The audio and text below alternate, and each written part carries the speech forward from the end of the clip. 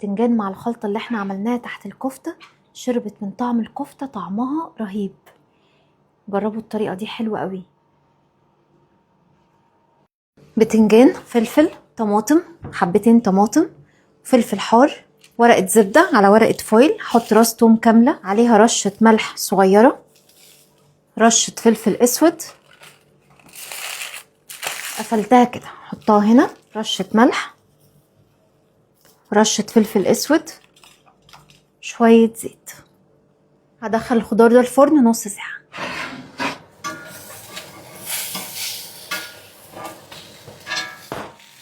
كده خلاص هو جاهز. هغطيه بالفويل، خليه كده على جنب 10 دقايق.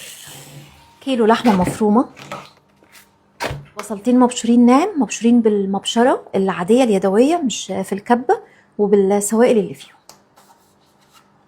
معلقة ملح كبيرة، نص معلقة كبيرة بابريكا، ورشة فلفل اسود، معلقة صغيرة بيكنج صودا، دي اختياري لو مش حابين تحطوا عليها، عصرة ليمون صغيرة. هعجن كويس جدا. خطوة العجن مهمة جدا عشان الكفتة تتشمع معايا كويس. مية البصل بتديها طعم حلو قوي. كده خلاص هي جاهزة. كده خلاص الخضار ده جاهز. بعد ما تغطوه شوية هتلاقوه بتقشر معاكم بسهولة جدا. الطماطم اتقشرت، ده الفلفل الحار، ده الثوم، ده كده كل الخضار اللي انا شويته في الفرن. ملح، فلفل اسود، انا ههرسه في الهون، تقدروا تعملوه بالسكينة على ايديكم زي ما تحبوا. كده خلاص هو جاهز. نظبطه كده الطعم. انا هستخدم الصينيه دي، هحط فيها كده خلطه الخضار، هفردها كده في الصينيه كلها، وهصبع عليها هنا الكفته. هاخد كده من الكفته،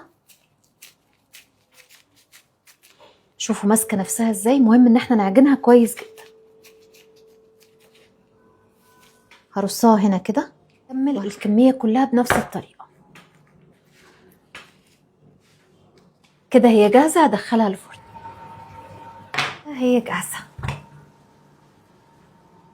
رشه بقدونس كده او كزبره خضراء زي ما تحبوا. ده العيش جاهز. حط كده رشه ملح، رشه بابريكا،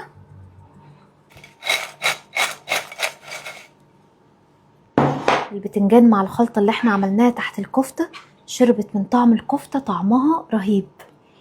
جربوا الطريقة دي حلوة قوي. ده من الكفتة، شوية من الخلطة دي، بطاطس معاها حلوة قوي، خلطة البتنجان طعمها رهيب. جربوها.